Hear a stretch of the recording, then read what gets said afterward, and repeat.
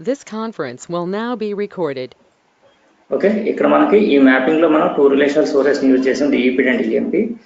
ఈ relational sources నుంచి data extract అవుతుంది అనమాట యూజింగ్ దీస్ ట్రాన్స్ఫర్మేషన్స్. సోర్స్ క్వాలిఫైర్ని బేస్ చేసుకుని డేటా ఎక్స్ట్రాక్షన్ అనేది జరుగుతుంది. ఎక్స్ట్రాక్ట్ అయిన డేటా మనకి జాయినర్కి వెళ్తుంది. ఈ జాయినర్లో ఏం చేస్తున్నాం, మనం జాయిన్ చేస్తున్నాం అనమాట. ఎందుకు జాయిన్ చేయాలి అంటే ఇక్కడ మనకి రిలేషనల్ సోర్సెస్ కాబట్టి వాటిని మనం జాయిన్ చేస్తున్నాం. అంటే రిలేషనల్ సోర్సెస్ వేరు, రిలేషనల్ డేటాబేస్ వేరు. ఈ రిలేషనల్ డేటాబేస్లో సిమిలర్ డేటా కూడా మల్టిపుల్ టేబుల్స్లో ఉంటుంది. సిమిలర్ డేటా ఉంటే కంబైన్ చేయాలి, రిలేషనల్ డేటా ఉంటే జాయిన్ చేయాలి. ఇక్కడ మీకు DEP is the master table and EMP is the detail table అనమాట.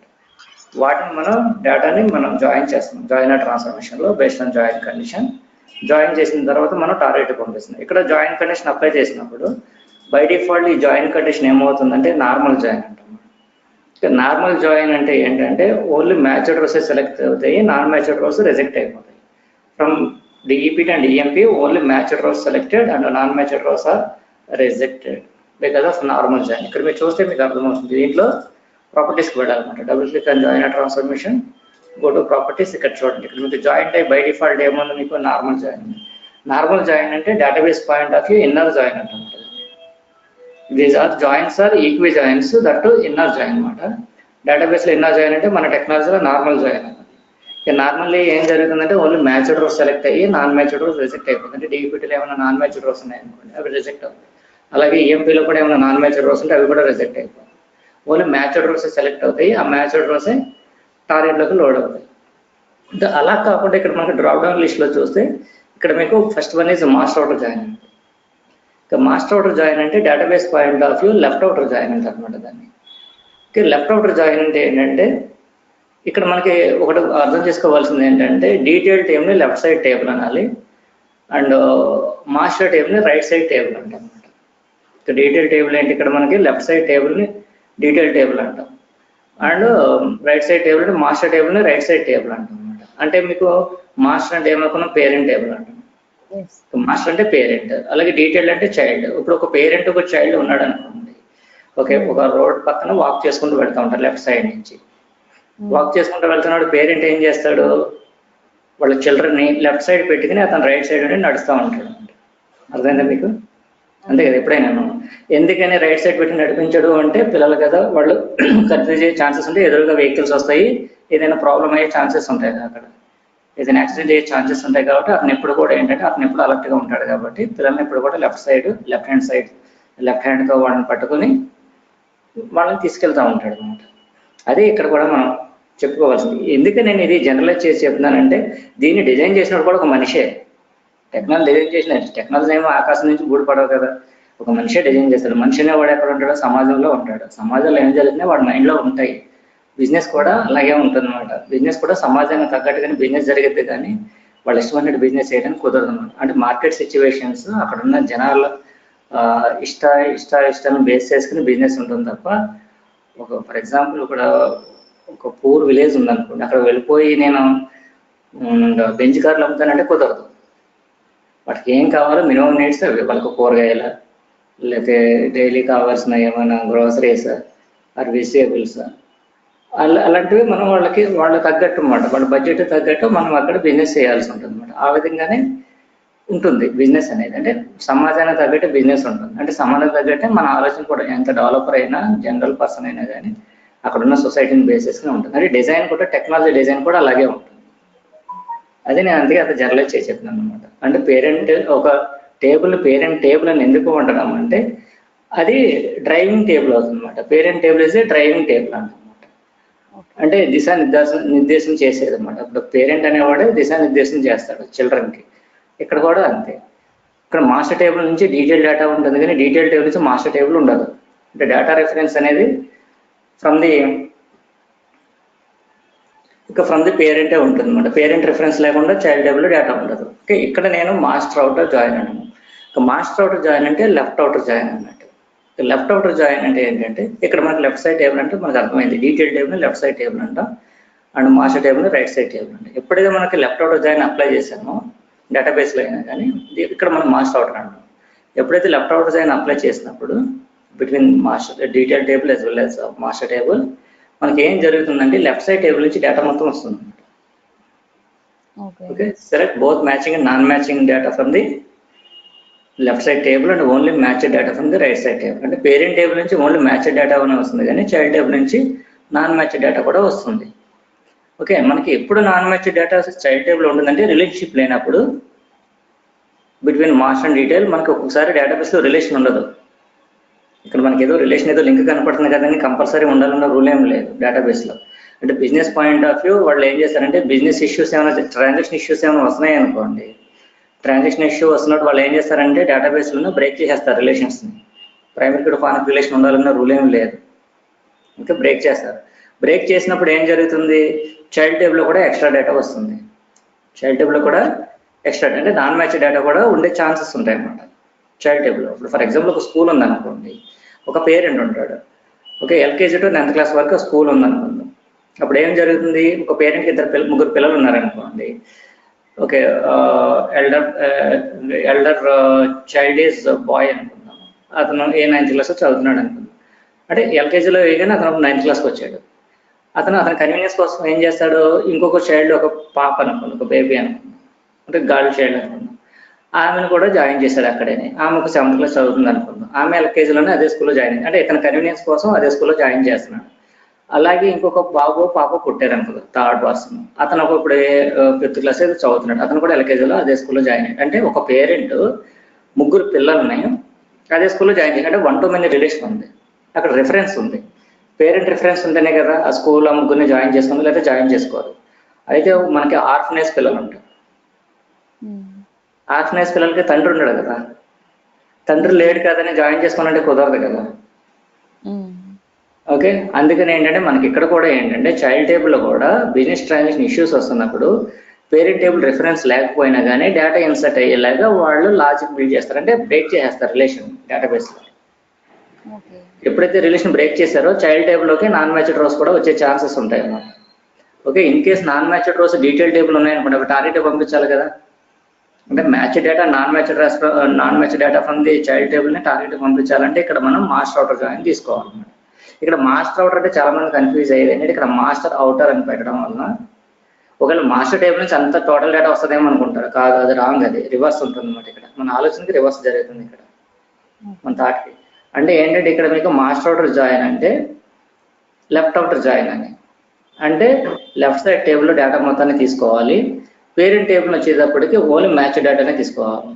అంటే ఇక్కడ based on master outer join Informatica system select both matching and non-matching rows from the child table, that means from the detail table, and only matched rows from the parent table, that means master table. ఇది జరుగుతుంది అన్నమాట. మీకు అర్థమైందా? Okay, తర్వాత మనకి ఇక్కడ ఇప్పుడు detail outer join తీసుకున్నారు అనుకోండి, ఏం జరుగుతుందంటే డీటెయిల్ అంటే reverse of the master outer అనమాట. అంటే ఇది రైట్ అవుటర్ జాయిన్ అన్నట్టు. రైట్ అవుటర్ జాయిన్ అంటే ఏం జరుగుతుంది, based on right outer join select both matching and non matching rows from the right side table and only matched rows from the left side table. ఇక్కడ మనకి right side table అంటే parent table లేదా master table. Master table నుంచి complete information తీసుకోవాల్సి వస్తుంది. ఇప్పుడు నేను ఒకటి చెప్తాను ఇంకొకటి. ఇప్పుడు అడ్మిషన్ జరుగుతూ ఉంటాయి. అడ్మిషన్ జరిగినప్పుడు డోర్ టు డోర్ టీచర్స్ని పంపిస్తుంది మేనేజ్మెంట్. టీచర్స్ని డోర్ టు డోర్ వెళ్ళేసేసి అడ్మిషన్స్ కోసం parent information as well as children information తీసుకోమంటారు. వాళ్ళు ఇంటింటికి వెళ్తారు. పేరెంట్స్ వాళ్ళు ఏం చేస్తారు, వాళ్ళ ఫోన్ నెంబర్స్ వాళ్ళ ఇంటి అడ్రస్ ఇస్తారు. ఒక 1000 మందిని వాళ్ళు కాంటాక్ట్ చేశారనుకుందాం, కానీ 1000 మంది పిల్లల్ని జాయిన్ చేస్తారు, ఆ స్కూల్లో జాయిన్ చేయరు. ఓకేనా, అంటే పేరెంట్ ఇన్ఫర్మేషన్ 1000 పేరెంట్స్ ఇన్ఫర్మేషన్ వాళ్ళ దగ్గర ఉంటుంది, అది మాస్టర్ డేటా. వాళ్ళని మళ్ళీ కాంటాక్ట్ చేసి ఫాలోఅప్ చేయాలన్నమాట. చేసి మీ పిల్లల్ని జాయిన్ చేయండి, అడ్మిషన్స్ స్టార్ట్ అయినాయి అంటే అవుట్ ఆఫ్ 1000 లేదండి కొంతమంది ఏమంటారు మేము వేరే చోట షిఫ్ట్ అవుతున్నాము, మా దగ్గరలో స్కూల్ చూస్తున్నాము అనేసి కొంతమందిని జాయిన్ చేయరు. ఓకే, కొంతమంది ఇంట్రెస్ట్ చూపిస్తారు అనమాట. దాంట్లో ఎంతమంది అవుట్ ఆఫ్ 1000 ఒక 200 మెంబర్స్ 300 మెంబర్స్ వాళ్ళ పిల్లల్ని జాయిన్ చేస్తారు. అంటే ఏమైంది, పేరెంట్ డేటా ఎక్కువ ఉంది, చైల్డ్ డేటా తక్కువ ఉంది. ఓకేనా, అంటే చైల్డ్కి సంబంధించి మ్యాచ్ డేటా వచ్చింది అక్కడ. ఓకే, మ్యాచ్ డేటా ఓన్లీ 300 ఉంది, కానీ పేరెంట్ డేటా 1000 ఉంది. 700 నాన్ మ్యాచ్డ్ రోస్ ఉన్నాయి. ఓకే, 700 నాన్ మ్యాచ్డ్ రోస్ ఉన్నాయి. అంటే ఇప్పుడు మన టార్గెట్కి వాళ్ళ రిక్వైర్మెంట్ ఎలా ఉంటుంది, matched data from the child table, అక్కడ ఓన్లీ మ్యాచ్ డేటానే ఉంది కాబట్టి చైల్డ్ టేబుల్ నుంచి మ్యాచ్ డేటా వస్తుంది. కానీ పేరెంట్ టేబుల్ నుంచి నాన్ మ్యాచ్డ్ డేటా కూడా కావాలి అంటే ఇక్కడ మనం డీటెయిల్ అవుటర్ జాయిన్ పెట్టాలి. డీటెయిల్ అవుటర్ జాయిన్ పెడితే ఏమవుతుంది, మాస్టర్ టేబుల్ నుంచి both matched non matched rows రెండు తీసుకుంటుంది. From the child only matched డేటానే వస్తుంది. ఎందుకని ఇది అవసరం అంటే, ఫస్ట్ ఆఫ్ ఆల్ వాళ్ళు ఫాలోఅప్ ఎలా చేస్తారు, వాళ్ళ దగ్గర ఉన్న చిన్న చిన్న స్టాఫ్ ఉంటారు కదా, ఆఫీస్ స్టాఫ్ అంటే టెలికాలర్స్ అనుకోండి, వాళ్ళ చేత కాంటాక్ట్ చేస్తారు. టెలికాలర్స్ ఏదో నార్మల్గా మాట్లాడుతూ ఉంటారు, వాళ్ళకున్న ఇన్ఫర్మేషన్ వాళ్ళకున్న నాలెడ్జ్ ప్రకారం మాట్లాడి అడుగుతారు, ఫాలోఅప్ చేస్తారు. లాస్ట్కి ఏమవుతుంది, ఇంకా అడ్మిషన్స్ మిగిలిపోయి అనుకోండి, అప్పుడు మేనేజ్మెంట్ దిగుతుంది, డైరెక్ట్గా మేనేజ్మెంటే కాల్ చేస్తుంది వాళ్ళకి, పేరెంట్స్కి ఫోన్ చేస్తారు అనమాట. మేనేజ్మెంట్ ఫోన్ చేసి అయ్యో చెప్తారు వాళ్ళు, మీరు డొనేషన్స్ ఈసారి డొనేషన్స్ లేవు, డొనేషన్ తీసేసాము, ఓన్లీ జాయిన్ ఫీ పే చేస్తే చాలు, డొనేషన్ అవసరం లేదు, ఇంకేదో మాట్లాడతారు అనమాట వాళ్ళు. అంటే ఎలాగైనా జాయిన్ చేసుకోవాలి వాళ్ళ పిల్లలు అన్నమాట. అంటే ఆ డేటా టార్గెట్లో ఉంటేనే కదా, టార్గెట్లో ఆ డేటా ఉండాలి కదా. టార్గెట్ అంటే వేర్ హౌస్ నుంచి వాళ్ళకి రిపోర్ట్స్ వస్తాయి అనమాట. ఆ రిపోర్ట్లో కంప్లీట్ ఇన్ఫర్మేషన్ ప్రతి పేరెంట్ ఉండాలి, అంటే మ్యాచ్డ్ నాన్ మ్యాచ్డ్ రెండు ఉండాలి.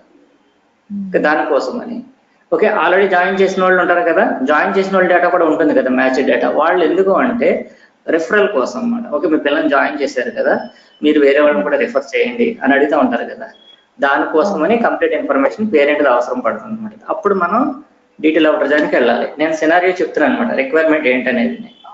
ఓకే, ఏదో ఇక్కడ మనకి ఇన్ఫర్మేటిక్ అంటే ఓన్లీ రెవెన్యూలో ప్రాఫిట్లు క్యాలిక్యులేట్ చేయడమే కాదు, ఇక్కడ ప్రతిదానికి ఇది యూజ్ అవుతుంది అనమాట. అంటే ఎడ్యుకేషనల్ మేనేజ్మెంట్ సిస్టంలో కూడా మనం ఇన్ఫర్మేటిక్ యూజ్ చేస్తాం మనం. అలా కాబట్టి complete information master detail complete, అంటే both matching and non matching rows for master as well detail రెండు కావాలనుకోండి, దాని ఫుల్ అవుటర్ జాయిన్కి వెళ్తాం. We can go for full outer join. Complete information అనమాట, ఇంకా ఏ టేబుల్లో కూడా ఆగదు డేటా అనేది, కంప్లీట్ ఇన్ఫర్మేషన్ వెళ్ళిపోతుంది అనమాట.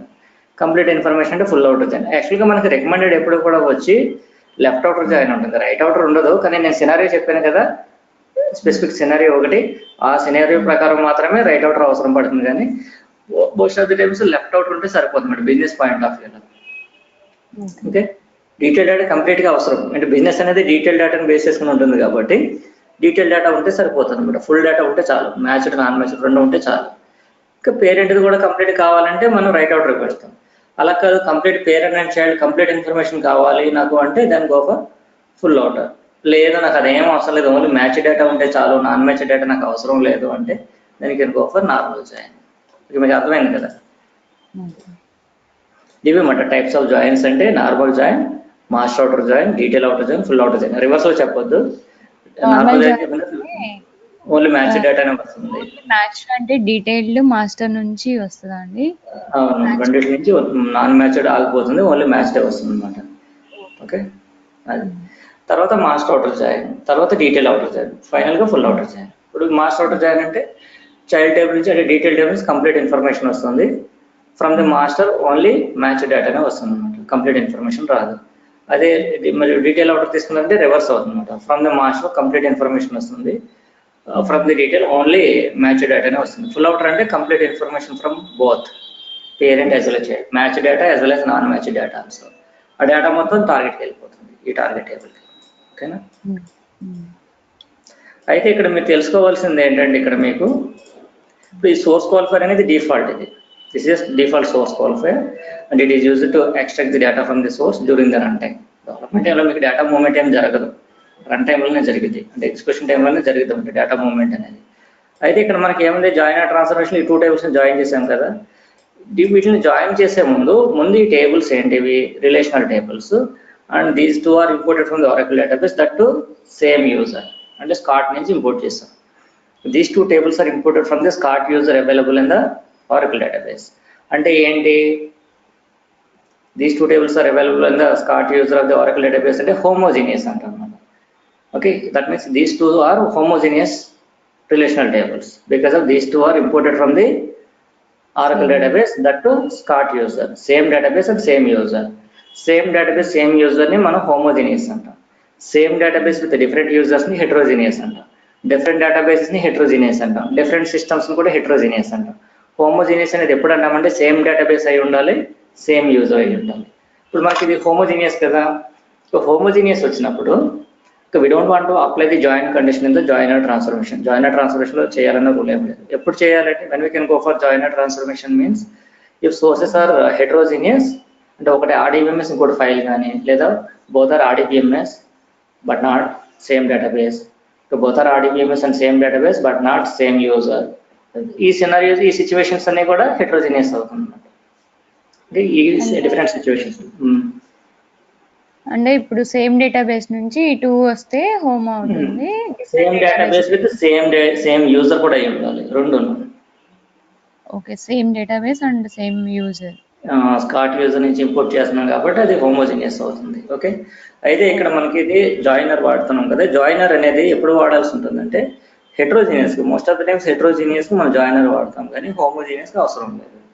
ఓకే, ఎందుకని అవసరం లేదంటే ఇక్కడ మనకి ఇది if you're working with homogeneous sources then better to apply the join condition itself in source qualifier for performance enhancements. మీరు పర్ఫార్మెన్స్ ఎన్హాన్స్ చేయడానికి మనం సోర్స్ క్వాలిఫైర్లోనే అప్లై చేయొచ్చు. ఆ పాసిబిలిటీ ఉంటుంది. ఇప్పుడు హోమోజీనియస్ అయితేనే, హెట్రోజీనియస్ అయితే చేయడానికి లేదు. ఓకే, ఇప్పుడు చూడండి, నేను ఏం చేశాను, నేను ఎగ్జిస్టింగ్ సోర్స్ క్వాలిఫైర్స్ని డిలీట్ చేసేసాను, డిఫాల్ట్ సోర్స్ క్వాలిఫైర్స్ని తీసేసాను. హోమోజీనియస్ అయితే ఏం చేస్తాము అంటే you want to join them before process the data by using various transformations, then better to apply the join condition itself in the source qualifier. ఎట్లా apply చేస్తామంటే first we can remove the default source qualifiers. Joiner గురించి పక్కన పెట్టండి, homogeneous గురించి మాట్లాడుతున్నప్పుడు first we can remove the default source qualifiers created by default. We can remove them from the work space, delete చేస్తాం. Then we can create user define source qualifier. అక్కడ SQL ఉంది కదా, okay, user define source qualifier. ఇక్కడ చూడండి, ఇక్కడ మనకి select sources for source qualifier transformation. ఇప్పుడు నేను క్రియేట్ చేసే సోర్స్ క్వాలిఫైర్కి నాకు కావాల్సిన సోర్సెస్ ఏవో తీసుకోండి. ఇక్కడ మీకు 10 ఉన్నాయి అనుకోండి, 10 లిస్ట్ అవుట్ అవుతాయి. ఇక్కడ మనకి ఏ టేబుల్స్ కావాలో వాటిని సెలెక్ట్ చేసుకుంటాం బై యూజింగ్ కంట్రోల్ కీ. ఇలా సెలెక్ట్ చేస్తాం. ఇప్పుడు ఈ రెండు అవసరం కాబట్టి రెండు తీసుకుంటున్నాం. ఓకే, మనకి ఏ టేబుల్స్ మనకి what are the tables are needed to join in the source qualifier, select them, then click అన్న. ఓకే, ఈ విధంగా తీసుకుంటాం. ఇక్కడ చూడండి, ఇప్పుడు ఈ సోర్స్ క్వాలిఫైర్ మనం ఏం చేయాల్సి ఉంటుంది, we can apply the join condition, that to user define join condition అంట. గో టు ప్రాపర్టీస్, ఇక్కడ మీ యూజర్ డిఫైన్ జాయిన్ అని ఉంది కదా, ఇక్కడ మనకి go to SQL editor, dbt.dbt10 is equal to emp.dbt10. Okay, ఈ విధంగా మనం జాయిన్ అప్లై చేస్తాం. By default it is an NR join. By default ఏంటిది, it is an NR join.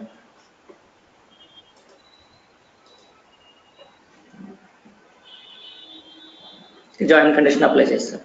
Okay, మీకు డిఫరెన్స్ అడగవచ్చు, what is the difference between source qualifier join as well as joiner transformation join అంటే, joiner transformation join apply చేస్తే ఏం జరుగుతుంది, after data extracted then join condition is verified in the joiner transformation to find out the matched rows based on, to find out the rows, to select the rows based on join type. అంటే after extraction జరుగుతుంది అనమాట. అంటే మొత్తం data మొత్తం రా data మొత్తం ఇన్ఫర్మేటికల్గా తెచ్చుకొని తర్వాత జాయిన్ అప్లై అవుతుంది. Any kind of join is applied after data extract from the respective sources. అంటే ఎక్స్ట్రాక్ట్ అయిన తర్వాత ప్రాసెస్ జరుగుతుంది. ఓకే, అయితే ఏమవుతుంది, మనకి పర్ఫార్మెన్స్ డిగ్రేడ్ అవుతుంది అనమాట. అంటే హెట్రోజినియస్ అయితే ఇంకా తప్పదు, జాయినర్ వాడాల్సిందే. హలో, ఓకే ఓకే, హెట్రోజినియస్ అయితే కంపల్సరీ జాయినర్ ట్రాన్స్ఫర్మేషన్ వాడాల్సిందే, పర్ఫార్మెన్స్ డిగ్రేడ్ అయినా తప్పదు ఇంకా. కానీ ఇక్కడ మనకి ఎప్పుడైతే హోమోజీనియస్ అవుతుందో, హోమోజీనియస్ అయినప్పుడు ముందే మనం జాయిన్ చేయడం వల్ల బిఫోర్ ఎక్స్ట్రాక్షన్ జరుగుతుంది, అంటే పర్ఫార్మెన్స్ పెరుగుతుంది అనమాట. Performance will be increased, enhanced. Performance enhancement is there when we can apply the join condition in the source qualifier. అంటే ముందే మనకి డేటా జాయిన్ అయిపోయి వస్తుంది అనమాట, based on join. By default inner join అంటే మ్యాచ్ డేటా ముందే వచ్చేస్తుంది, before extraction జరుగుతుంది. Before extraction data was join in the joiner transformation, then performance will be increased. Okay, అంటే మీకు అంటే ఇప్పుడు డేటా ఎక్స్ట్రాక్షన్ కదా, ఇప్పుడు హోమ్ లో మీరు ముందే జాయిన్ చేసేస్తారు. అంటే ఏంటంటే మీరు చూడండి, ఇప్పుడు సూపర్ మార్కెట్కి వెళ్తే రెడీమేడ్ ఉంటాయి, మనకి ఈజీగా వంట చేసుకోవచ్చు. అంటే రా మెటీరియల్ ఇండివిజువల్ కొని ఇంటికి తీసుకొచ్చి వాటి మళ్ళీ మిక్సింగ్ చేసి లేదా గ్రైండింగ్ చేసి వంట చేయాలంటే టైం పడుతుంది, అంతే కదా. అలా కాకుండా వాడు మిక్స్ చేసి ప్యాక్ చేసి అమ్ముతున్నాడు అనుకోండి, ఇంటి దగ్గర మనం ఏం చేస్తాం, డైరెక్ట్గా దాన్ని హాట్ వాటర్లో కలిపితే అయిపోతుంది, మనకు రెడీ అయిపోతుంది. లేదా వాటర్లో మిక్స్ చేస్తే రెడీ అయిపోతుంది. ఓకే, ఇక్కడికి వచ్చిన తర్వాత ఇంటి దగ్గరికి వచ్చిన తర్వాత మనం అంత టైం వేస్ట్ చేయాల్సిన అవసరం లేదు కదా. అలాగే ఇక్కడ కూడా ఏంటంటే ముందే మనకి డేటా జాయిన్ అయిపోయి వచ్చేస్తే ఇన్ఫర్మేటికల్ ఈజీ అయిపోతుంది డేటా ప్రాసెసింగ్ అనేది. ఓకే, మళ్ళీ దాన్ని డేటా ఎక్స్ట్రాక్ట్ చేసి రా డేటాని ఇండివిజువల్గా ఎక్స్ట్రాక్ట్ చేసి తర్వాత based on the join type మళ్ళీ డేటాని జాయిన్ చేసి మళ్ళీ నెక్స్ట్ లెవెల్లో పంపించి, చూడండి మనకు చెప్పడానికి చాలా సెంటెన్స్లు పడుతున్నాయి. అలాగే డేటా ప్రాసెస్ కూడా ఎక్కువ టైం పడుతుంది. చేయలేమండి మరి, అలా హెట్రోజీనియస్ దానిలో చేయలేమా? ముందే జాయినింగ్ హెట్రోజీనియస్ అనేది. హెట్రోజీనియస్ ఎలా అవుతుంది అండి? అవ్వదు. హెట్రోజీనియస్ అంటే ఫర్ ఎగ్జాంపుల్ నాన్ వెజ్ ఉందండి, ఇంకొకటి ఏదో మనం basmati rice for biryani prepare చేయడానికి తీసుకుంటాం. రెండు వాడు ముందే మిక్స్ చేసి పంపించాడు అనుకోండి, ఎలా ఉంటుంది? బాగుంటుందా? హెట్రోజీనియస్ కదా రెండు, అది పాడవుతుంది. అసలు కుదరదు అన్నమాట. కాన్సెప్టే కరెక్ట్ కాదు. ఎందుకంటే హెట్రోజీనియస్ అంటే ఫర్ ఎగ్జాంపుల్ ఒకటి టెరాడేటా, ఓకే, ఇంకోటి ఒరాకిల్ అనుకుందాం. టెరాడేటా ఒరాకిల్ సంబంధమే లేదు కదా, ఎలా జాయిన్ చేస్తాం? చేయలేము. హోమోజీనియస్ అయితే అలా మెచ్ చేయడానికి కుదురుతుంది. అంటే సేమ్ ప్లేస్ అయితే మనకి కొరీ జనరేట్ అవుతుంది అనమాట. యాక్చువల్గా ఏంటంటే జాయిన్ కండిషన్ అప్లై చేస్తున్న మీనింగ్ ఏంటంటే, based on that join condition informatic system generate the SQL కొరీ అనమాట. ఎస్కేల్ కొరీ అనేది ఏంటంటే సేమ్ ఓకే, సింగిల్ ఎస్కేల్ కొరీ ఆ రెస్పెక్టివ్ డేటాబేస్ లేదా రెస్పెక్టివ్ డేటాబేస్ యూజర్లోనే రన్ అవుతుంది తప్ప వేరే యూజర్లో రన్ అవ్వదు, వేరే డేటాబేస్లో రన్ అవ్వదు. ఓకే, హెట్రోజీనియస్ కి మనం అప్లై చేయడం కుదరదు. సోర్స్ క్వాలిఫైర్ కండిషన్ అనేది బేస్డ్ ఆన్ సోర్స్ టైప్ అన్నమాట. సోర్స్ టైప్ బేస్ చేసింది అది.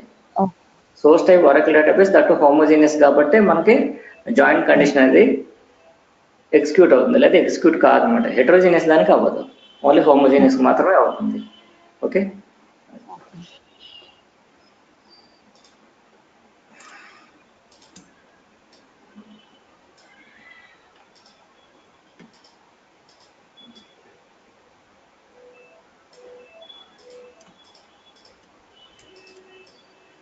అలా డిపార్ట్మెంట్ నెంబర్ తీసుకుని మళ్ళీ తీసుకోవట్లేదు. మీ కొరీ ఎలా జనరేట్ అవుతుందో చూడండి. ఓకే, మనం జనరేట్ చేయకపోతే సిస్టమ్ జనరేట్ చేయాలి, దాన్ని డిఫాల్ట్ కొరీ అంటాం. సిస్టమ్ జనరేట్ చేస్తే రన్ చేసేదానికి టైం పడుతుంది. అందుకే మనం ఏం చేస్తాం, మనమే రన్ చేస్తాం. ఇక్కడ ఎస్కేల్ కొరీ అని ఉంది కదా, based on this join condition మనం కొరీ జనరేట్ చేశారనుకోండి, ఇది ఎస్కేల్ కొరీ అనమాట. ఈ ఎస్కేల్ కొరీ అనేది ఎలా ఉంటుంది? సెలెక్ట్ స్టేట్మెంట్ అనేది సింగిల్ డేటాబేస్కే ఉంటుంది. ఇక్కడ మనం చూడొచ్చు కూడా, చెక్ చేసి చూడొచ్చు ఇక్కడ.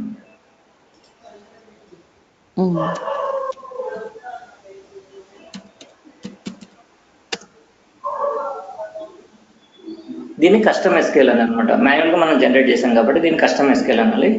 ఈ ఎస్కేల్ జనరేట్ చేయకపోతే డిఫాల్ట్ ఎస్కేల్ వస్తుంది. అంటే system generates SQL during the runtime based on the join condition, that is default SQL. System will take time to generate the SQL based on join condition. Okay, it takes some time. Generate the SQL and compile the SQL. After that, run that SQL in the database. It takes some time. That's why what we need to మనమే generate చేసాం అనుకోండి custom SQL, ఇక generate చేయాల్సిన అవసరం లేదు కదా, just run చేస్తే compile and run చేస్తే చాలు. The system will compile the query and run that query to retrieve the data based on join condition అని అంతే. దీన్ని కస్టమ్ ఎస్క్యూఎల్ అంటాం. మనం జనరేట్ చేసే మాన్యువల్గా దాన్ని కస్టమ్ ఎస్క్యూఎల్ అనాలి. సిస్టమ్ జనరేట్ చేస్తే డిఫాల్ట్ ఎస్క్యూఎల్. డిఫాల్ట్ ఎస్క్యూఎల్కి మనం క్వరీ జనరేట్ చేయాల్సిన అవసరం లేదు. కాకపోతే ప్రాబ్లం ఏంటంటే డిఫాల్ట్ ఎస్క్యూఎల్తో ఇక్కడ మీకు country as well depart number రెండు ఎక్స్ట్రా ఉన్నాయి ఇక్కడ మీకు. అవి టార్గెట్కి అవసరమా? లేదు. అయితే ఇది ఇఫ్ ఇట్ ఈస్ డిఫాల్ట్ అనుకోండి, వీటికి కూడా డేటా రీడ్ చేస్తుంది అనమాట డేటాబేస్ నుంచి. ఓకే, ఇప్పుడు మనం కస్టమ్ చేయడం వల్ల ఏమన్నది, ఏవైతే కాలమ్స్ మనం కనెక్ట్ చేసామో టార్గెట్కి ఆ కాలమ్స్ వరకే జనరేట్ చేస్తాం కొరీని. దాన్ని కస్టమ్ ఎస్కేల్ అంటారు, కస్టమైజ్డ్ ఎస్కేల్ అంటాము. ఈ కస్టమ్ ఎస్కేల్ వల్ల ఏముంది, పర్ఫార్మెన్స్ ఇంక్రీజ్ అవుతుంది. ఎందుకంటే అన్వాంటెడ్ కాలమ్స్కి డేటా ఎక్స్ట్రాక్ట్ అవ్వదు. అంటే కంట్రీ నేమ్ అండ్ ఇక్కడ కంట్రీ అంటే డిపార్ట్ నెంబర్, ఈ రెండు ఉన్నాయి కదా, వీటికి ఇప్పుడు కస్టమ్ ఎస్కేల్ వల్ల డేటా ఎక్స్ట్రాక్ట్ అవ్వదు అనమాట. ఇప్పుడు పర్ఫార్మెన్స్ పెరుగుతుంది మనకి. అన్వాంటెడ్ కాలమ్స్కి ఎప్పుడైతే డేటా అంటే మనకి రియల్ టైంలో ఇన్ని తక్కువ కాలమ్స్ ఉండవు. రియల్ టైంలో మనకి 50, 60 అండ్ 100 కాలమ్స్ కూడా ఉండొచ్చు. యాజ్ పర్ ద రిక్వైర్మెంట్ మనకు 20 కాలమ్స్ అవసరం అనుకుంటే 20 కాలమ్స్కి మనం కొరీ జనరేట్ చేయాలి. అప్పుడు ఏముంది, 80 కాలమ్స్ డేటా రీడ్ చేయదు. ఓకే, అలాగే మీరు కొరీ జనరేట్ చేయాలనుకోండి, అన్ని 100 కాలమ్స్కి డేటా రీడ్ అవుతుంది, కానీ 20 కాలమ్స్కి డేటా ప్రాసెస్ అవుతుంది. రిమైనింగ్ 8 కాలమ్స్ డేటా వేస్ట్ అయిపోతుంది. దాన్ని తీసుకురావడమే టైం ఎక్కువ పడుతుంది మళ్ళీ. ఓకే, రియల్ టైంలో మనం మిలియన్స్ ఆఫ్ ది రోస్తో పనిచేస్తాం కాబట్టి సింగిల్ కాలం మనం అవాయిడ్ చేసినా పర్ఫార్మెన్స్ పెరుగుతుంది. ఓకే, ఇది మనకి హోమోజీనియస్ మాట. ఇది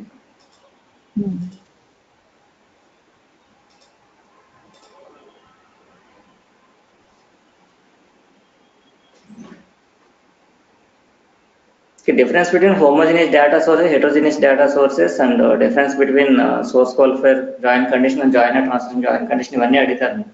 వీటికి మీరు క్లియర్గా ఎక్స్ప్లెయిన్ చేయాల్సి ఉంటుంది.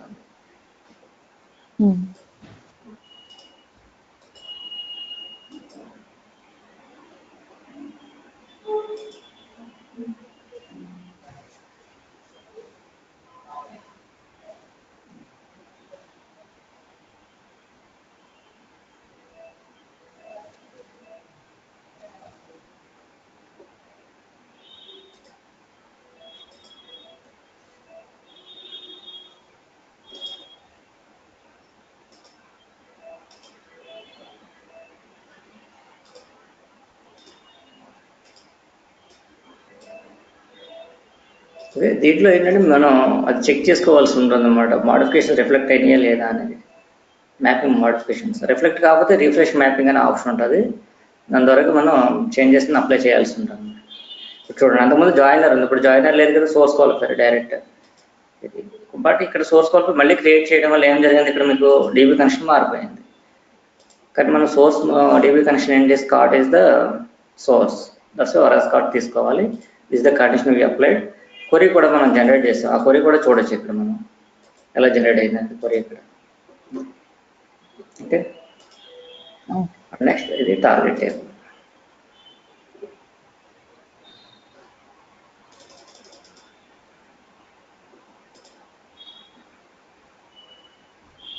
మనకి చేంజెస్ అప్లై అయినాయా లేదా అనేది ఎలా తెలుస్తుందంటే ఇక్కడ మీకు చూడండి, ఇక్కడ గోల్డ్ కలర్ డౌన్ ఆరో మార్క్ సింబల్ కనపడుతుంది కదా, యారో సింబల్, దాన్ని బట్టి మనకు అర్థం అవుతుందన్నమాట. ఇన్ కేస్ అప్లై కాకపోతే రైట్ క్లిక్ చేసి ఇక్కడ మీకు రిఫ్రెష్ మ్యాపింగ్ అని ఉంటుంది.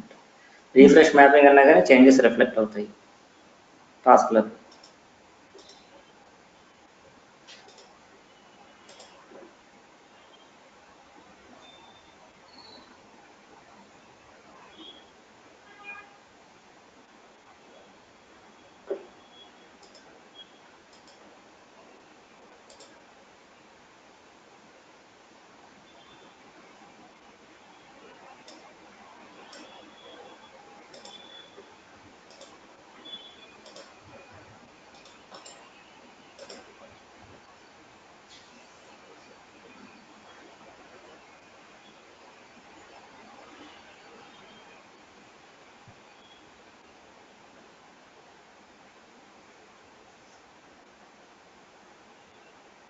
చూడండి, 15 rows వచ్చినాయి అండ్ 15 rows లోడ్ అయింది టు ది టార్గెట్. ఓకే, అంటే ముందు డేటా మ్యాచ్ అయ్యి వస్తుంది అనమాట from the source. Okay, data match అయ్యి వస్తుంది. అంతకుముందు మీకు 19 వచ్చినాయి, అంతకుముందు చూస్తే మీకు 19 ఉన్నాయి అంతకుముందు.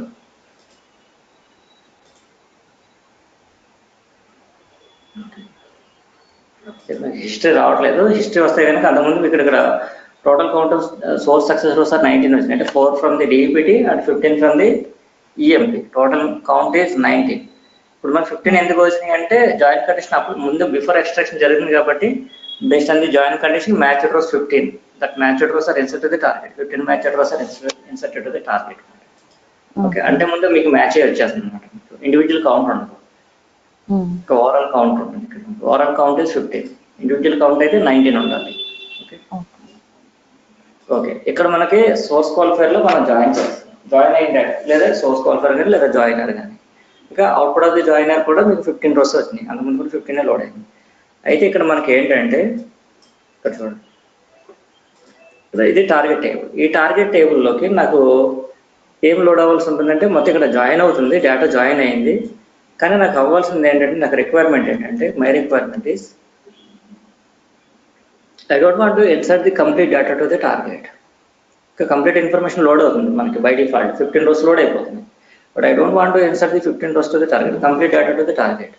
ఇక్కడ మనకి ఇక్కడ బిజినెస్ రిక్వైర్మెంట్ ఏంటంటే, here I want to insert the employee details if their salary greater than or equal to 2000. అంటే 2000 కంటే ఎక్కువ ఉండాలి వాళ్ళ శాలరీ, వాళ్ళ డేటానే టార్గెట్లో లోడ్ అవ్వాలి, కానీ అంత టోటల్ డేటా లోడ్ అవ్వాల్సిన అవసరం. అంటే రియల్ టైం ఎలా ఉంటుందంటే, మొత్తం డేటా మొత్తం ప్రాసెస్ అయిన తర్వాత ఏ బ్రాంచెస్లో revenue greater than or equal to 2 crores ఉంటుందో ఆ బ్రాంచ్ డేటాని టార్గెట్లో లోడ్ చేయాలి, అది కాన్సెప్ట్. ఇక్కడ కూడా మనం అలాగే చేస్తాం అన్నమాట. ఇక్కడ ఏంటంటే మనకి అవి లేవు కాబట్టి మనం ఏం చేస్తామంటే రిక్వైర్మెంట్ని ఆ విధంగా కన్వర్ట్ చేసుకోవాలి. Here I want to insert the employee details if their salary greater than or equal to 2000. 2000 కంటే ఎవరికి సాలరీ అయితే ఎక్కువ ఉంటుందో వాళ్ళ డేటా మాత్రం టార్గెట్లో లోడ్ అవ్వాల్సి ఉంటుంది, 2000 లేదా అంతకంటే ఎక్కువ. ఆ డేటా టార్గెట్ లోడ్ చేయాలి. అలా లోడ్ చేయాలంటే మనం ఏం చేయాలి, డేటాని ఫిల్టర్ చేయాలన్నమాట బేస్డ్ ఆన్ కండిషన్. అంటే మన ఇక్కడ మనం ఫిల్టర్ ట్రాన్స్ఫర్మేషన్ వాడతాం అనమాట. This the filter transformation. Within this filter transformation we can apply the filter condition.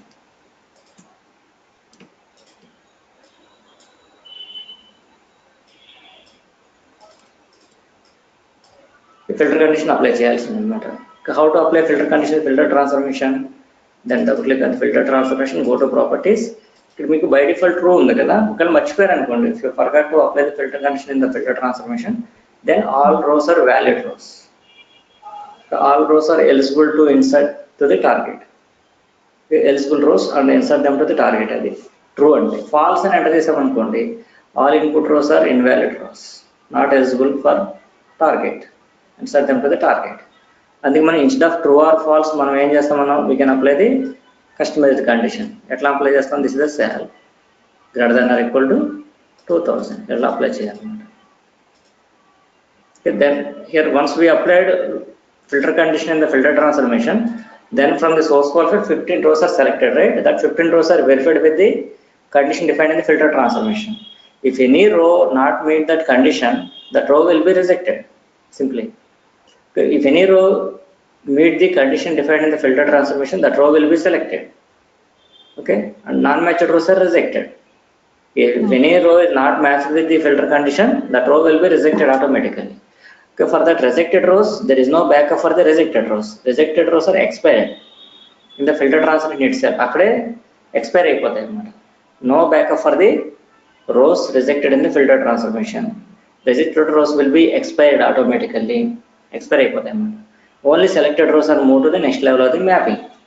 Okay, ఇప్పుడు మనకి next level of the mapping ఏముంది, టార్గెట్ ఉంది. ఇప్పుడు ఈ టార్గెట్ కి we can connect the, ఇక్కడ మనకి IO పోర్ట్స్ ఉంటాయి by default for the filter transformation. ఇలా కనెక్ట్ చేసేస్తాం. ఓకే, అంటే మనం ఫిల్టర్ని అప్లై చేస్తాం. అంటే ఇక్కడ రిక్వైర్మెంట్ ఏంటి మనకి, if employee salary greater then or equal to 20,000, select those employee details and move that employee details to the next level of the mapping. Okay, how to select the required rows and reject the unwanted rows based on the condition, that is filter condition. We can apply the filter condition in the filter transformation.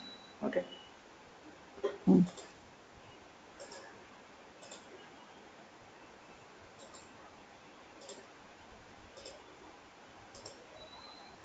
Okay, ఇక్కడ ఏదో source qualifier తర్వాత filter వాడటం కదా, order అనేది ఏమి ఉండదు అనమాట. There is no order to use the transformations. As per the requirement, choose the transformation and implement the logic. Enough. First of all we need to know the logic of mechanism of the each transformation. Mechanism మనకు తెలియాలి, mechanism of the transformation ఏంటని మనకు తెలిసి తర్వాత ఇలా మనం develop చేయాల్సి ఉంటుంది. ఓకే, మన ఎగ్జిస్టింగ్ మ్యాపింగ్ మనం మోడిఫై చేసాం కాబట్టి రైట్ క్లిక్ చేయాలి. రైట్ క్లిక్ అది సెషన్ టాస్క్ క్లిక్ అది ఫ్రెష్ మ్యాపింగ్. అప్పుడు మీకు ఆటోమేటిక్గా చేంజెస్ రిఫ్లెక్ట్ అవుతాయి. మీరు చూడవచ్చు కూడా దీన్ని. వెళ్ళి చూస్తే మీకు ఆ ఫిల్టర్ ట్రాన్స్ఫర్మేషన్ కూడా కనపడుతుంది. ఇప్పుడు ఈ కండిషన్ అప్లై చేస్తాం. ఓకే, దాన్ని ఇక్కడ మనం మార్చాలనుకుంటాం. Validate, then save to the repository. చేసిన తర్వాత మీరు start the workflow and update the status in workflow monitor tool.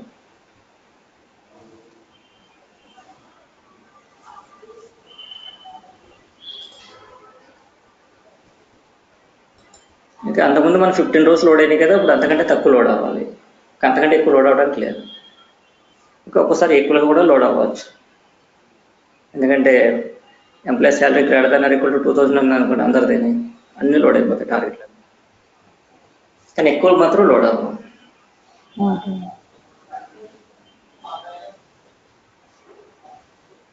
చూడండి ఇక్కడ 15 rows ఎక్స్ట్రాక్ట్ అయినాయి from source qualifier. 15 rows selected. That out of 15 rows only 12 rows selected from the filter transformation because of for remaining 3 rows condition is failed, filter condition. Okay, that 3 rows are rejected. That rejected rows are expired permanently, expired in the transformation itself, and the remaining selected rows are moved to the target. Target load ayindi 12 rows. Okay, ఇక్కడ మీరు ఎన్ని conditions అయినా apply చేయొచ్చు. With in this filter transformation you can apply any number of conditions, but we can apply the conditions with necessary logical operators. In between the conditions we can use necessary logical operators like AND operator, OR operator as well as NOT operator. Okay, ఇక్కడ చూడండి shall greater than అన్నాం కదా, ఇక్కడ మీకు ఇంకా ఏమైనా apply చేసుకోవచ్చు. ఇక్కడ ఏం చేస్తారంటే job is equal to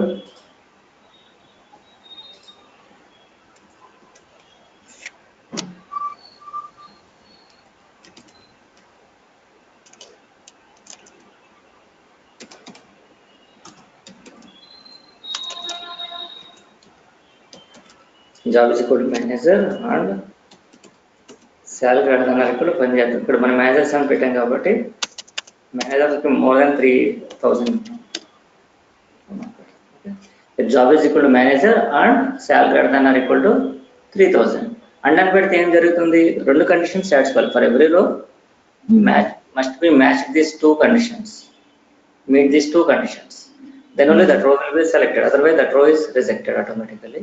Instead of that, here if any of the conditions are satisfied, select the rows.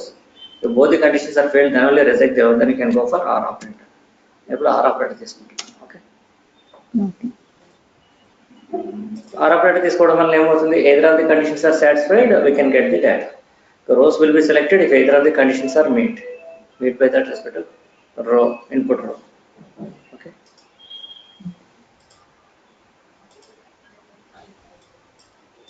అంటే లాజిక్ మారింది. లాజిక్ మారినప్పుడు అగైన్ మళ్ళీ వ్యాలిడేట్ చేయాలి అండ్ అప్డేట్ చేయాలి.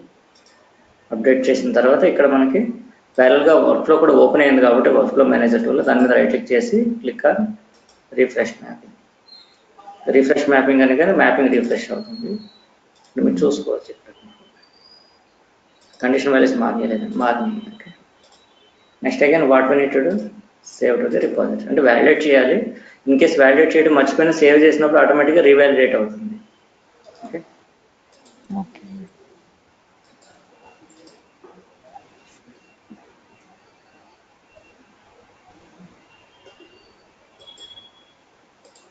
అంతకుముందు 12 rows వచ్చినప్పుడు ఎన్ని వస్తున్నాయి చూడండి, తగ్గుతున్నాయి పెరుగుతున్నాయి అంతకుముందు కంటే.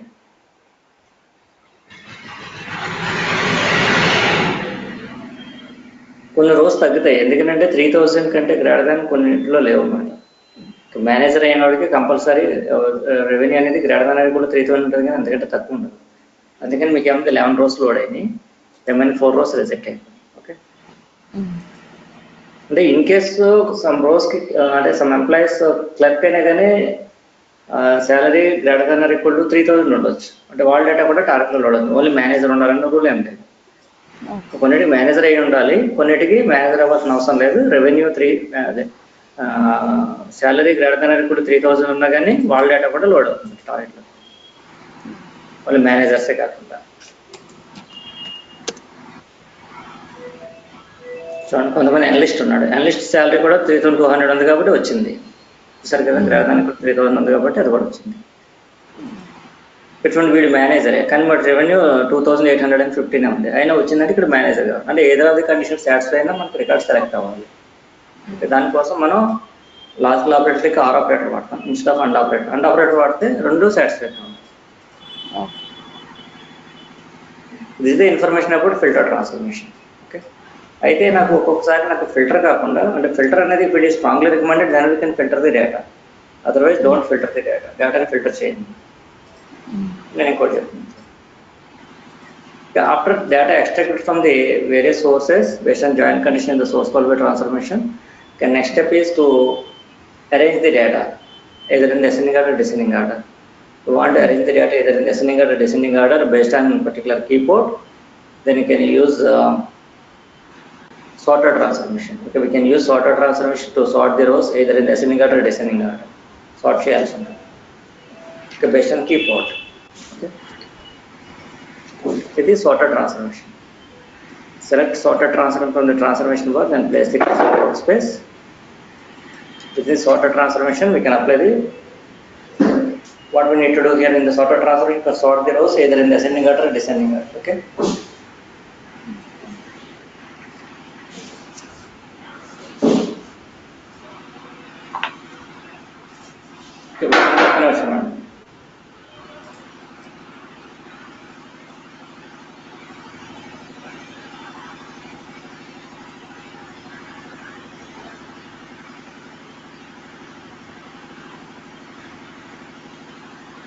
హలో,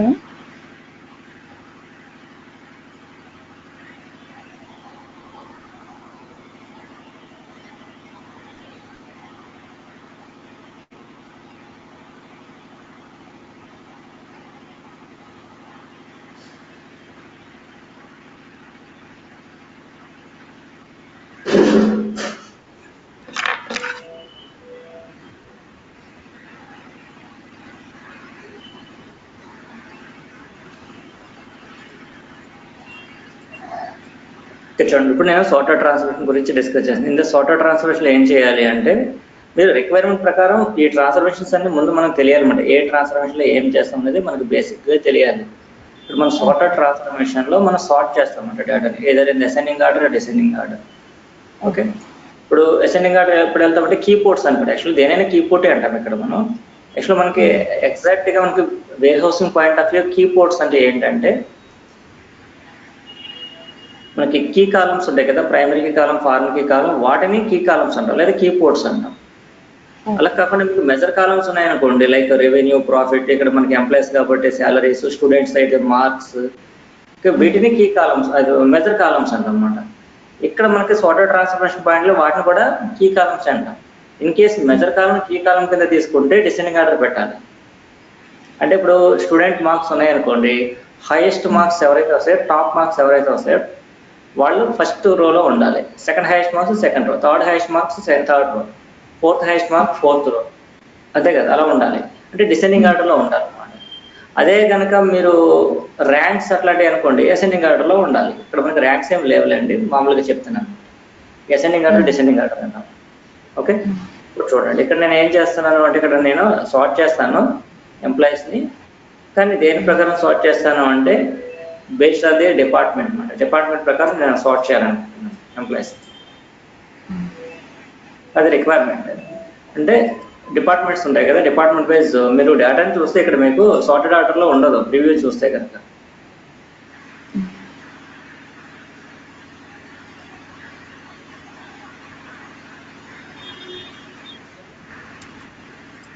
సోర్స్లో కూడా మీరు ప్రివ్యూ చేయొచ్చు డేటాని. రివ్యూ చేశారనుకోండి, ఏ విధంగా ఉందో చూడండి ఇప్పుడు డేటాని. ఇక్కడ చూస్తే ఇక్కడ చూడండి, ఇక్కడ 40 ఉంది, తర్వాత 20 ఉంది, తర్వాత 30 20, అంటే డేటా అనేది not available in the required format. ఇక్కడ రిక్వైర్మెంట్ ఏంటి, ఇక్కడ మనకి here we need to sort the employees based on their department అన్నట్టు. అంటే మనం ఇక్కడ డైరెక్షన్ అసెండింగ్ ఆర్డర్ పెడతాం. ఇది కీపోర్ట్ కాబట్టి దట్టు ఇది ప్రైమరీకి కాలం లేదా ఫారెన్కి కాలం అవుతుంది సోర్స్లో. ఈ కీ కాలమ్స్ మనం ఇక్కడ అసెండింగ్ ఆర్డర్లో పెట్టాలి. అయితే ఇంకొకటి ఏంటంటే, department wise we can sort the employees based on there salary అనుకోండి. ఇక్కడ శాలరీ ఉంది, శాలరీని కూడా కీపోర్ట్ పెడితే కనుక దీన్ని డిసెండింగ్ ఆర్డర్ పెట్టాలి. అయితే ఇంకొకటి ఏం చేయాలి అంటే, ఇప్పుడు మనకి ఎప్పుడు కూడా డేటా ప్రాసెసింగ్ అనేది టాప్ టు బాటమ్, అంటే ఎంప్లాయీ నెంబర్ నుంచి లొకేషన్ జరుగుతుంది. అంటే మనకి ఇక్కడ సార్ట్ ఆర్డర్ ఇప్పుడు ఏం జరుగుతుంది, దీనికి ఫస్ట్ ప్రయారిటీ వస్తుంది శాలరీకి, అంటే ఎందుకంటే డిపార్ట్మెంట్ నెంబర్ కంటే పైన ఉంది కాబట్టి. అందుకే మనం ఏం చేస్తామంటే ఈ డిపార్ట్మెంట్ తీసుకెళ్ళి పైన పెట్టేస్తాం అన్నమాట. శాలరీ కంటే పైన పెట్టండి, లేదా అంతకంటే ఎక్కడ పెట్టినా పర్లేదు. అంటే ముందు డేటా అనేది ఏమవ్వాలి, డేటా సార్టింగ్ అనేది డిపార్ట్మెంట్ వైజ్ జరిగి దట్టు అసెండింగ్ ఆర్డర్లో జరిగి, తర్వాత మనం శాలరీ వైజ్ మనకి డిసెండింగ్ ఆర్డర్లో జరగాలి. అది కాన్సెప్ట్. అంటే ఇప్పుడు స్టూడెంట్స్ ఉంటారు, ఒక కాలేజీ ఉంటుంది, స్టూడెంట్స్ ఉంటారు. స్టూడెంట్స్ ఉన్నప్పుడు మనం ఏం చేస్తాం అంటే క్లాస్ వైజ్ మనం డేటాని సార్ట్ చేయాలి. అంటే first class, second class, third class, up to 10th class. అంటే ప్రతి క్లాస్లో స్టూడెంట్స్ ఉంటారు, వాళ్ళకి మార్క్స్ ఉంటాయి. అంటే క్లాస్ వైజ్ డేటాని అరేంజ్ చేసి, అంటే రిపోర్టింగ్ పాయింట్ ఆఫ్ వ్యూ అనమాట అని చెప్పే. డేటా లోడ్ చేస్తామంటే రిపోర్ట్ కరెక్ట్గా రావాలి ఆ డేటా నుంచి. అందుకని ఏంటంటే స్టూడెంట్ స్కూల్ ఆర్ కాలేజీలో ఉన్న క్లాసెస్ని sorted order in the sense ascending ఆర్డర్లో పెట్టి, తర్వాత దాంట్లో ఉన్న స్టూడెంట్స్ని మనం మళ్ళీ సార్టెడ్ ఆర్డర్లో పెట్టాలి based on there marks wise పెట్టాలి. అంటే మనం ముందు సార్ట్ చేయండి ఎలా చేయాలి, సార్టెడ్ ఆర్డర్ ఎలా ఉండాలి, ఫస్ట్ మనం we can give the priority, first priority for the department number, second priority for the salary. ఇది అసెండింగ్ ఆర్డర్ ఉండాలి, ఇది డిసెండింగ్ ఆర్డర్ ఉండాలి. ఎందుకంటే ఇది శాలరీ అనేది అమౌంట్, అంటే మెజరబుల్ కాలం. మెజరబుల్ కాలమ్స్ ఎప్పుడు కూడా డిసెండింగ్ ఆర్డర్లోనే పెడతామన్నమాట. అది రూల్, అది బిజినెస్ రూల్. అది బిజినెస్ రూల్స్ ఈ విధంగానే ఉంటాయి అన్నమాట. దీన్ని అసెండింగ్ పెడితే ఏమవుతుందంటే తక్కువ ఉన్నవాళ్ళు ముందు వస్తారు, కానీ మనకు కావాల్సింది ఎక్కువ ఉన్నవాళ్ళు ముందు రావాలి కదా, దానికోసం అన్నమాట చేసింది.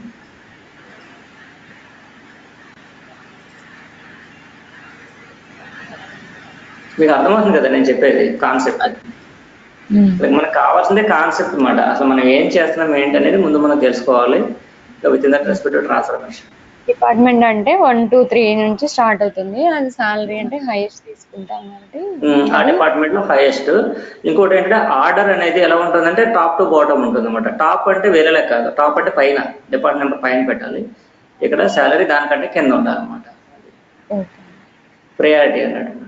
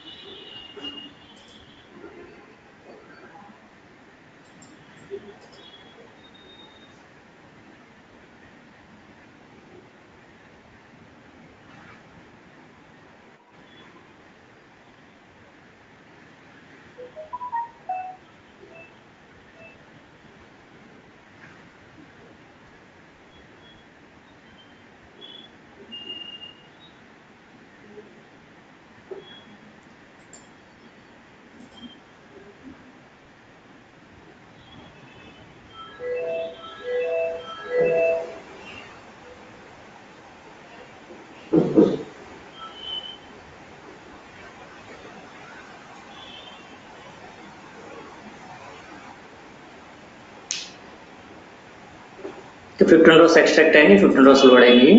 ఓకే, చూడండి డేటా ఎలా జరిగిందనే చూడండి, ఇక్కడ లోడింగ్ ఎలా జరిగిందని.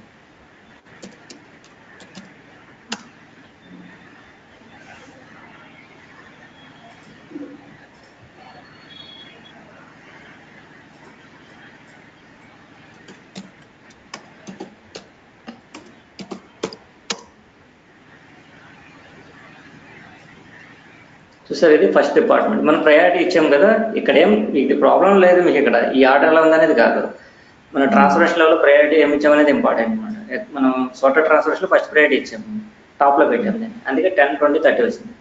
ఈ 10లో చూడండి, ఇక్కడ హైయెస్ట్ అయితే 5000 ఇది హైయెస్ట్ అన్నమాట 10th డిపార్ట్మెంట్లో. 3200 అనేది సెకండ్ హైయెస్ట్, 3000 అనేది థర్డ్ హైయెస్ట్. అక్కడతో అయిపోయింది, ముగ్గురే ఉన్నారు దాంట్లో, ముగ్గురు ఎలా అరేంజ్ అయిపోయారు డిసెండింగ్ ఆర్డర్లో.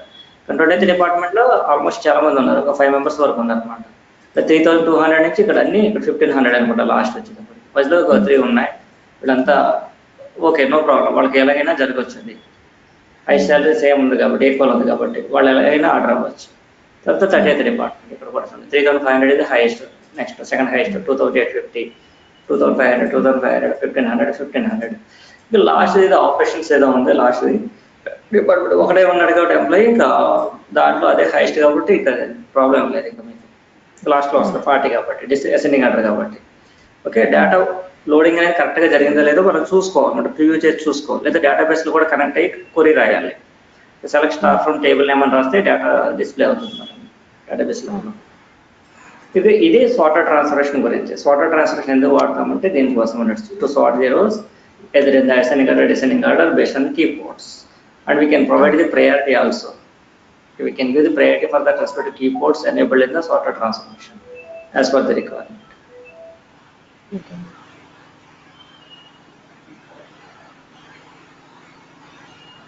Okay. Okay. This is the information about sorter transformation. అంతకుముందు మనం ఫిల్టర్ గురించి డిస్కస్ చేసాం, ఇది సార్టర్ గురించి డిస్కస్ చేసాం. ఇప్పుడు ఏంటంటే మనకి టార్గెట్లో ఏమైనా చేంజెస్ వచ్చినాయి అనుకుందాం. నేను సపరేట్ మ్యాపింగ్స్ ఏం చేయట్లేదు, రియల్ టైంలో కూడా ఇలా ఎన్హాన్స్మెంట్సే చేస్తాం అన్నమాట. ఒకే మ్యాప్ని నెంబర్ ఆఫ్ టైమ్స్ ఎన్హాన్స్ చేయాలి until meet the final requirement. అయితే ఈ టార్గెట్ టేబుల్ ఉంది కదా, ఈఎంపీ డిఈపిటి _TGT అంటున్నాం కదా, ఇదే టార్గెట్ టేబుల్లో వాళ్ళు కొన్ని చేంజెస్ ఇచ్చారనుకుందాం, లేదా మనం చేయమన్నారు అనుకుందాం. ఆ చేంజెస్ ఏంటంటే, ఇది మన టార్గెట్ టేబుల్. ఈ టార్గెట్ టేబుల్లో వాళ్ళు చేంజెస్ అడిగారు. అంటే ఏంటంటే ఇక్కడ కొన్ని ఎక్స్ట్రా కాలమ్స్ యాడ్ చేశారు వాళ్ళు. ఆ కాలం ఏంటంటే, ఫర్ ఎగ్జాంపుల్ ఈటీసీఆర్ అనే కాలం నాకు కావాలి. అంటే ఈటీసీఆర్ అంటే ఎంప్లాయీస్ టోటల్ శాలరీ డీటెయిల్స్ మొత్తం ప్రొవైడ్ చేస్తారు. అంటే దీన్ని ఎలా క్యాలిక్యులేట్ చేయాలి అంటే కనుక employees salary is equal to salary plus commission, ఈ రెండు యాడ్ చేసి ఇది రావాలి నాకు, అది రిక్వైర్మెంట్. అంటే ETCR equal to salary plus commission అంటాం. అంటే శాలరీ అంటే A+B అంటే ఏంటి, it's an arithmetic operation. C equal to A+B. C అంటే ఈటీసీఆర్, ఏ అంటే శాలరీ, బి అంటే కమిషన్, అంటే A+B. C equal to A+B అంటే arithmetic operation, it's an addition. అంటే ప్రతి ఎంప్లాయీకి క్యాలిక్యులేషన్ జరుగుతుంది. Okay, here we need to calculate ETCR for every employee. ప్రతి ఎంప్లాయీకి మనకి డీటెయిల్గా అంటే రో బై రో బేసిస్ జరుగుతుంది కాబట్టి ఇక్కడ మనకంటే ఇప్పుడు మీకు Z is equal to f(x, y) equal to x+y అంటాం. అంటే f(x, y) అన్నాం. అంటే f(x, y) అంటే ఫంక్షన్ అన్నట్టు. ఎఫ్ అంటే ఫంక్షన్ కదా, x, y equal x+y arithmetic operation మనం ఎక్స్ప్రెషన్ అని కూడా అంటాం. మనం వాటిని ఎక్స్ప్రెషన్స్ అనాలి. Z is equal to f(x, y) equal to x+y అనేది ఏంటి, ఇట్స్ అన్ ఎక్స్ప్రెషన్ అన్నమాట. f(x) అనేది ఏంటి, ఫంక్షన్, ఆల్సో కాల్డ్ ఎక్స్ప్రెషన్ కూడా అంటాం. అథమెటిక్ ఆపరేషన్ చేస్తున్నట్లు, ఎడిషన్, సబ్ట్రాక్షన్, మల్టిప్లికేషన్, డివిజన్, ఇదంతా కూడా మీకు ఇన్ డీటెయిల్డ్గా జరుగుతుంది అన్నమాట. అంటే C equal to A plus B అంటే A equal to 2 and B equal to 3 అంటే C equal to 2 plus 3 equal to 5 అంటే ఇన్ డీటెయిల్ గా జరిగింది. ఆ తర్వాత A, B, C అంటే A equal to 2, B equal to 3 and C equal to 5 అని రాసేవాళ్ళం మనం మ్యాథమెటిక్స్ లో, అంతే కదా. ఆ విధంగా మనకి డేటా ప్రాసెసింగ్ జరగాలి. డీటెయిల్డ్ గా జరగాలి అంటే కనుక మనం ఏం చేయాలి అంటే కనుక ఇక్కడ మనకి you want to calculate the data at very detailed level by using arithmetic operations for every రో in the same order. Then you can use one transformation. Name of the transformation is expression transformation అంటామాట. దాన్ని transformation name is expression. ఇది ఎక్కువగా use చేస్తాం అన్నమాట మనం ఈ transformation. ఒక filter sorter ఉండొచ్చు ఉండకపోవచ్చు, జాయినర్ కూడా ఉండొచ్చు ఉండకపోవచ్చు, కానీ most of the times in most of the scenarios we can use one transformation, that is expression transformation. ఇక్కడ మనకి టేబుల్ మనం మోడిఫై చేసాం కాబట్టి ఈ టేబుల్ని స్క్రిప్ట్ జనరేట్ చేయాల్సి ఉంటుంది. You can generate the script and run that script in the database through ODBC data source name. ODBC data సోర్స్ని base చేసుకుని మనం చేయాల్సి ఉంటుంది.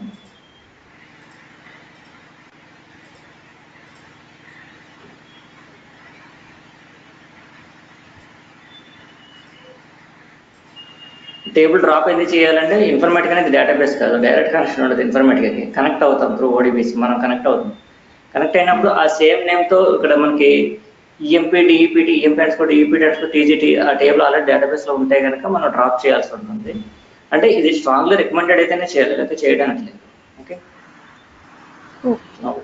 మ్యాపింగ్ డిజైనర్ ఇక్కడ మనకి ఈటీసీఎల్ వచ్చింది కదా, నేను ఈ సార్టర్ ట్రాన్స్ఫర్మేషన్ తీసేస్తున్నాను.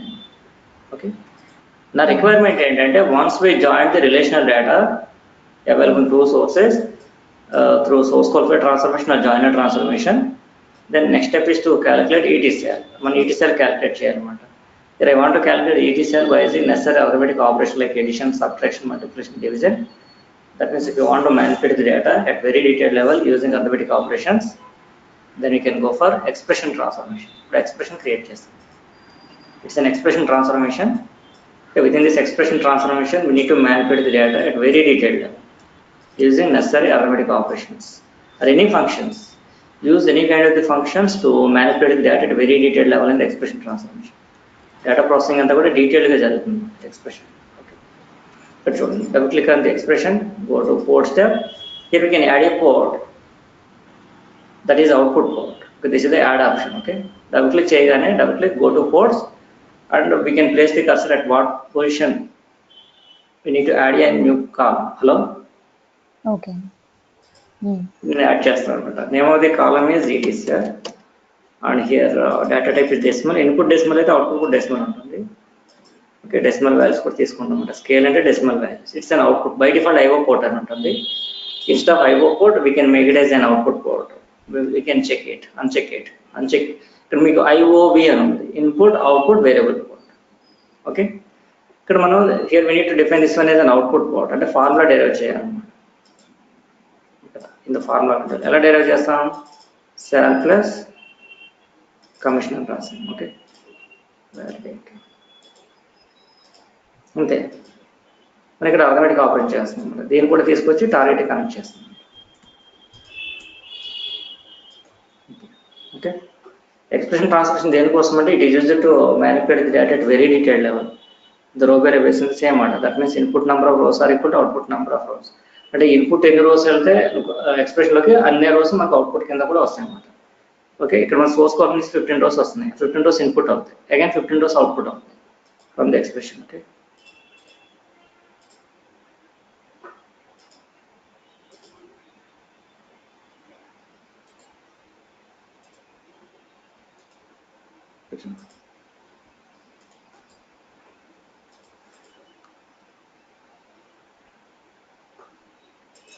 ఇక్కడ చూడాల్సింది ఎక్స్ప్రెషన్ ట్రాన్స్ఫర్మేషన్ వచ్చిందా లేదని వచ్చింది. ఇక్కడ మీకు మిగతాది కనపడదు, ఇక్కడ మీకు అంత కంప్లీట్గా కనపడదు. ప్రాపర్టీస్ కూడా కనపడతాయి. ఇక్కడ ప్రాపర్టీస్ అంటే ఓన్లీ ఒకటే ప్రాపర్టీ ఉంది, ట్రేసింగ్ లెవెల్ ప్రాపర్టీ తప్ప ఇంకేమీ లేదు.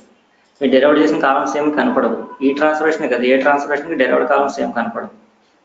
డెరైవ్డ్ కాలమ్స్ కానీ ఇన్పుట్ అండ్ అవుట్పుట్ కాలమ్స్ కానీ ఏవి డిస్ప్లే కావు మనకి. ఒక లాజిక్ అనేది డిస్ప్లే అవుతుంది.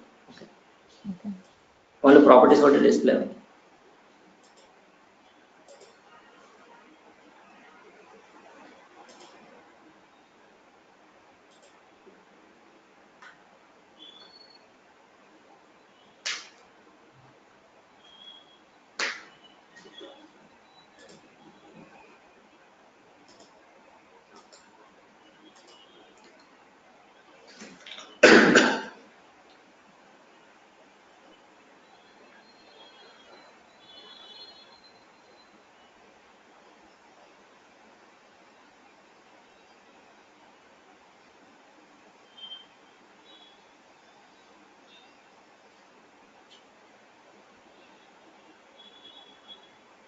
ఓకే 15 rows ఎక్స్ట్రాక్ట్ అయ్యి అండ్ 15 rows లోడ్ అయ్యింది.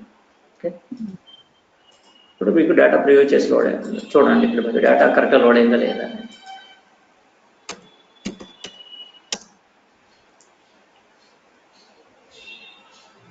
మనం ఇక్కడ ప్రివ్యూ చేసేటప్పుడు డేటాబేస్ కనెక్ట్ అయితే వస్తుంది అనమాట. ఇక్కడ ఏం జరిగింది చూడండి, ఇక్కడ శాలరీ ఉంది.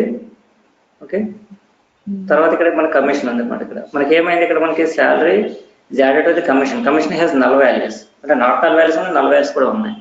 ఇప్పుడు మనకి నల్ వాల్యూ అంటే అన్నోన్ వాల్యూ. ఓకే ఇక్కడ మీకు జీరో వేరు మళ్ళీ జీరో వేరు నల్ వేరు. Zero is not a null value, it's not null value, it has some existency. మనకు ఎగ్జిస్టెన్సీ అనేది ఉంటుంది జీరోకి, ఇక్కడ నల్ వాల్యూకి ఎగ్జిస్టెన్సీ ఉండదు అనమాట. Okay, if there is no value, there is a null value in the database. Whenever we added not null value to the null value, again we can get null value as an output. Output కూడా null value వస్తుంది అనమాట. కానీ ఇది business user satisfy కాదు, వాడికి ఎంత చెప్పినా వినడు.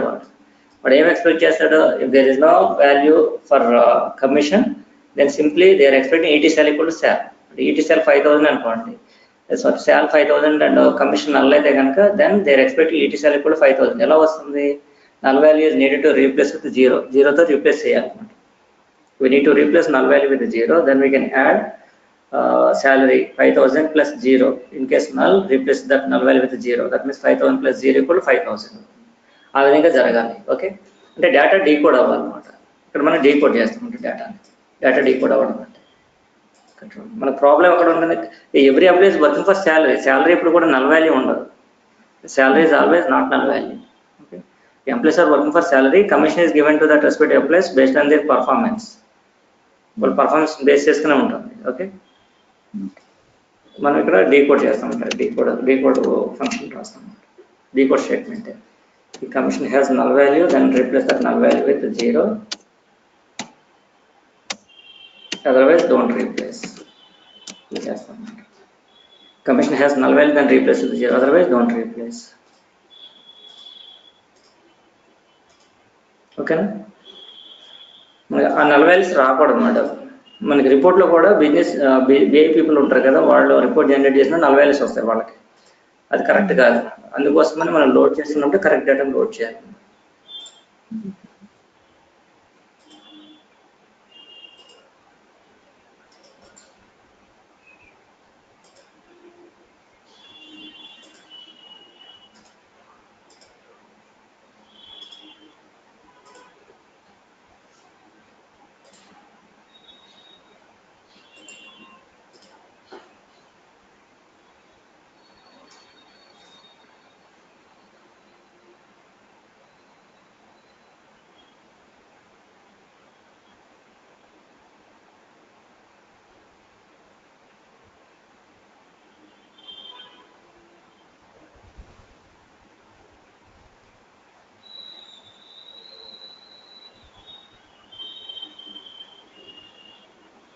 సక్సీడ్ అయింది. ఇక్కడ కూడా ఇప్పుడు చూడండి, ఇక్కడ కూడా మీకు 15 rows ఎక్స్ట్రాక్ట్ అయినాయి, 15 rows లోడ్ అయినాయి.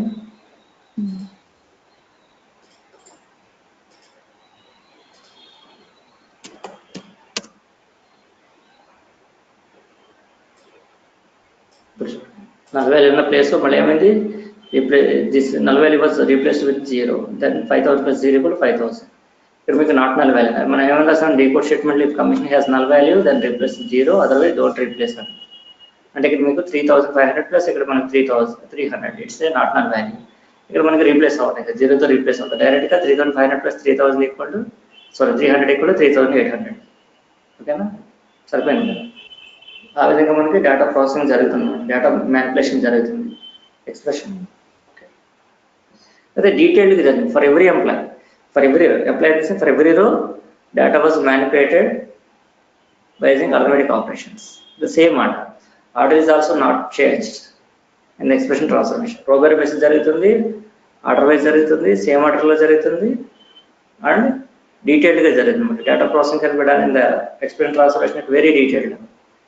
Okay. By using arithmetic operations. ఇప్పటి వరకు మనం డిస్కస్ చేసింది సోర్స్ క్వాలిఫైర్లో హోమోజీనియస్ ఎలా చేస్తామనేది, జాయిన్ కండిషన్ అప్లై చేయడం, జాయినర్ గురించి డిస్కస్ చేస్తాం, types of joins in joiner transformation discuss చేసాం, తర్వాత ఫిల్టర్ డిస్కస్ చేసాం, తర్వాత సార్టర్ డిస్కస్ చేసాం, తర్వాత ఎక్స్ప్రెషన్ డిస్కస్ చేసాం. ఓకే ఇలా వరకే ట్రాన్స్ఫర్మేషన్స్ అన్ని ఫినిష్ చేస్తాము. మధ్యలో కొన్ని ట్రాన్స్ఫర్మేషన్స్ మనకి సినారియో డిస్కస్ చేసినప్పుడు కొన్ని ట్రాన్స్ఫర్మేషన్స్ వస్తూ ఉంటాయి మేడం మనకి. ఓకే,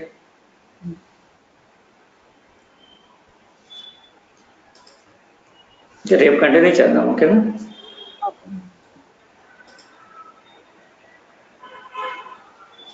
మీరు ప్రాక్టీస్ కూడా స్టార్ట్ చేయండి. ఎలా చేయాలని చెప్పాను కదా, స్లోగా ఓపెన్ చేయండి దాన్ని. కొంచెం ఒక్కసారి మీరు కనెక్ట్ అయ్యారు అంటే కనుక ఇన్ఫర్మేటిక్గా రిపాజిటరీ కింద డిజైన్ మీకు ఈజీ అయిపోతుంది అనమాట. ఫాస్ట్గానే ఉంటుంది అప్పటి నుంచి కనెక్ట్ అయ్యేంత వరకే. కనెక్ట్ అయిన తర్వాత ఫాస్ట్గానే ఉంటుంది. మన VMware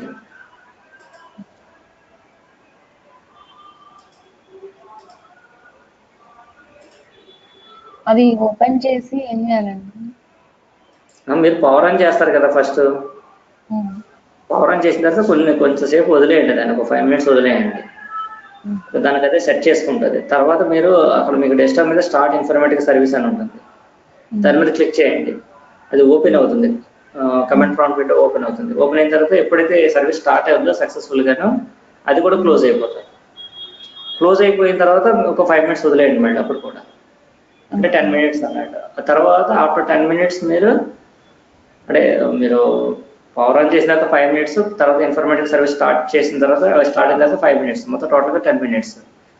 10 minutes తర్వాత అప్పుడు డిజైనర్ టూల్ ఓపెన్ చేసి దానికి రిపాజిటరీ కనెక్ట్ అవ్వండి. ఇక్కడ నేను కనెక్ట్ అవుతున్నాను కదా, ఆ విధంగా కనెక్ట్ అవ్వండి. కనెక్ట్ అవ్వకుండా ఒక్కోసారి మీకు fail to connect to the repository వస్తూ ఉంటుంది, మీకు ఎర్రర్ వస్తుంది. దాన్ని ఏం పట్టించుకోవద్దు. ఓకే, అంటే ఇంకా కొంచెం వెయిట్ చేయమని. Enable connect to the repository, if that failed repository connection was failed, then again we need to wait up to 5 minutes. Wait చేయాల్సి ఉంటుంది. ఆఫ్టర్ 5 minutes అంటే టోటల్గా 15 to 20 minutes వేసుకోండి. 20 minutes తర్వాత అప్పుడు మీరు ప్రాక్టీస్కి అది ఉపయోగపడుతుంది. ఓకే, పేషెన్స్ ఉండాలి కొంచెం. రియల్ టైం కూడా అలాగే ఉంటుంది, తొందరగా కనెక్ట్ అవ్వదు ఇది కూడా.